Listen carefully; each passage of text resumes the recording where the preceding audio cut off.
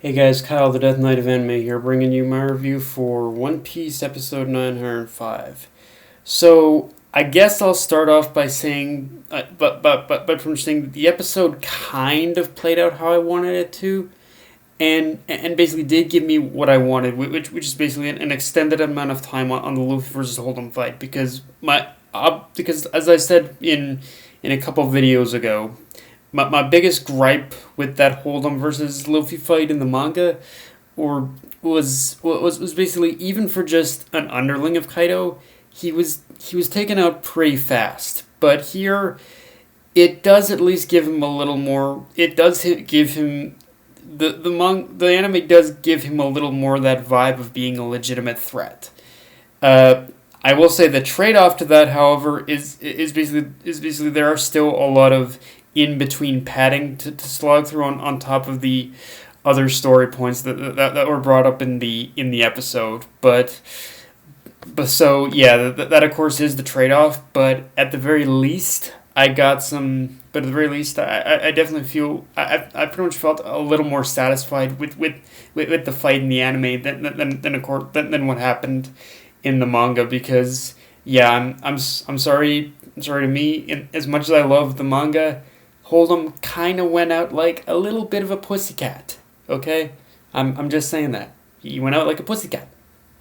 So yeah, um, I will say, obviously, the one thing I do still like is the final Red Hawk blow, and it's showing to O-Tama that yeah, Ace's legacy, it lives on in Luffy. That in itself, it was a very nice, sweet scene that was animated.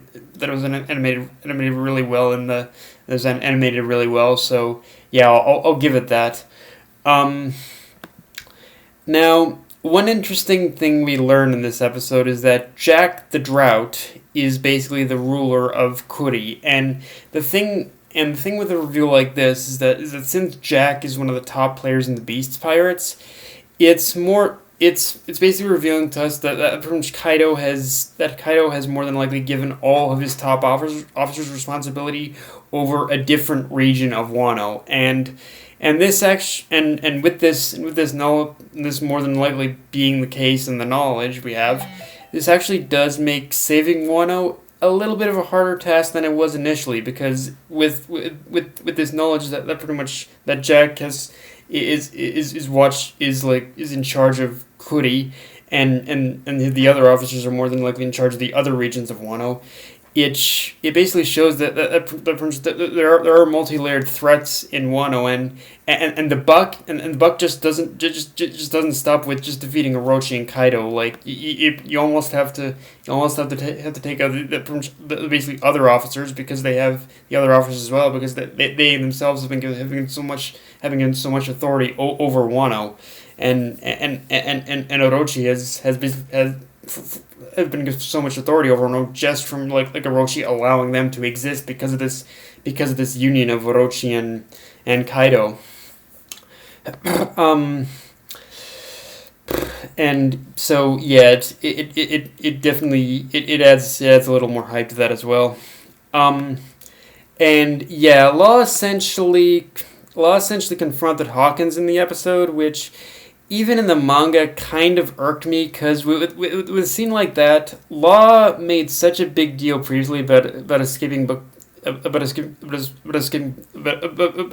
in terms of escaping like from Bakura Town, and making less of a scene than Luffy and Zoro.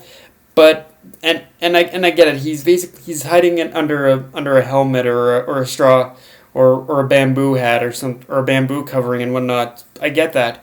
But just by the fact of him confronting Hawkins, he's doing the exact opposite of that. Like by confronting Hawkins himself, he is making a fucking scene. So it's like, I don't know. It's like that whole thing. Like, again, I pretty much get it. He's confronting Hawkins in order to buy time for his.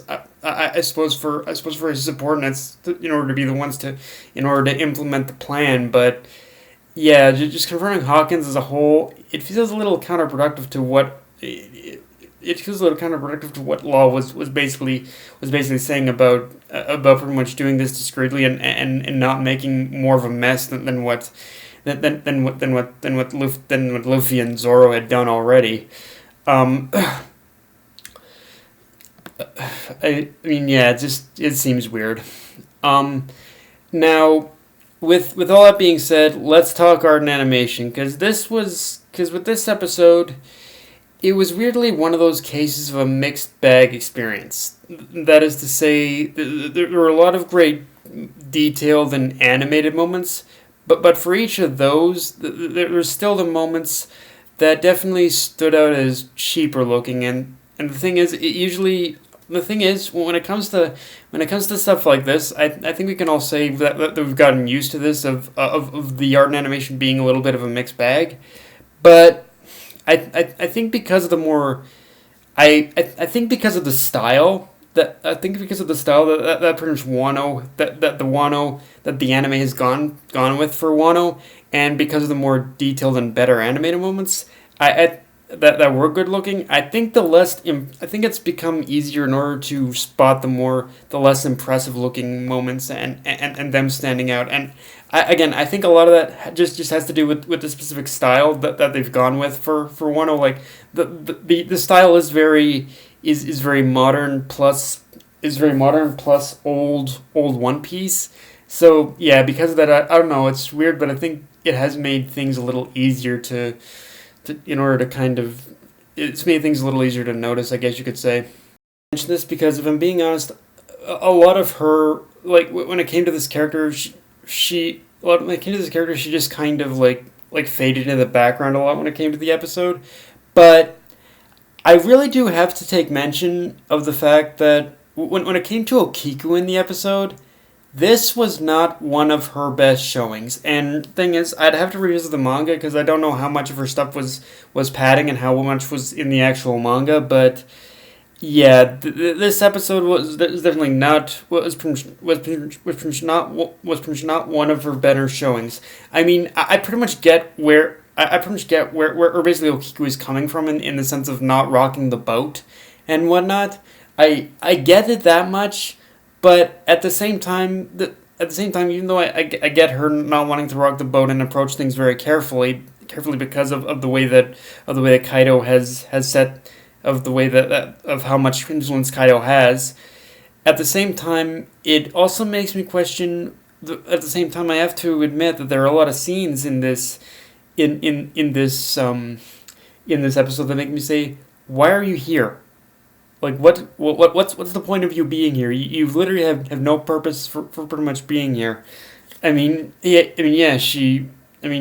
only thing she really does is basically warn Luffy and Zoro like not to rock the boat, but they end up doing that anyway. So it's like, and after that she pretty much gets captured. I mean, she saves herself obviously and has a cool little fight scene, but yeah, like O-Kiku had really no purpose had no purpose for being in the episode. So it's like, I mean, I've read the manga, so I pretty much know she's I know she's I know she's gonna have a lot more importance later on, but it's like, yeah, this episode, it did not do O-Kiku any favors whatsoever. So but yeah, just a little thing I thought I'd mention because it it was one of those things where it didn't bother me or anything, or I just didn't even think about it. But the more I was thinking about it, while talking about everything else, the more I thought, you know what, I'm gonna address this. Like, yeah, O-Kiku, yeah, overall it just was not one of her strongest showings. But yeah, guys, that's all I've got for this review. If you enjoyed the video, like, comment, subscribe. Follow me on Twitter, Facebook, and it's your Crunchyroll. Death Knight of Anime, signing off. Later, guys.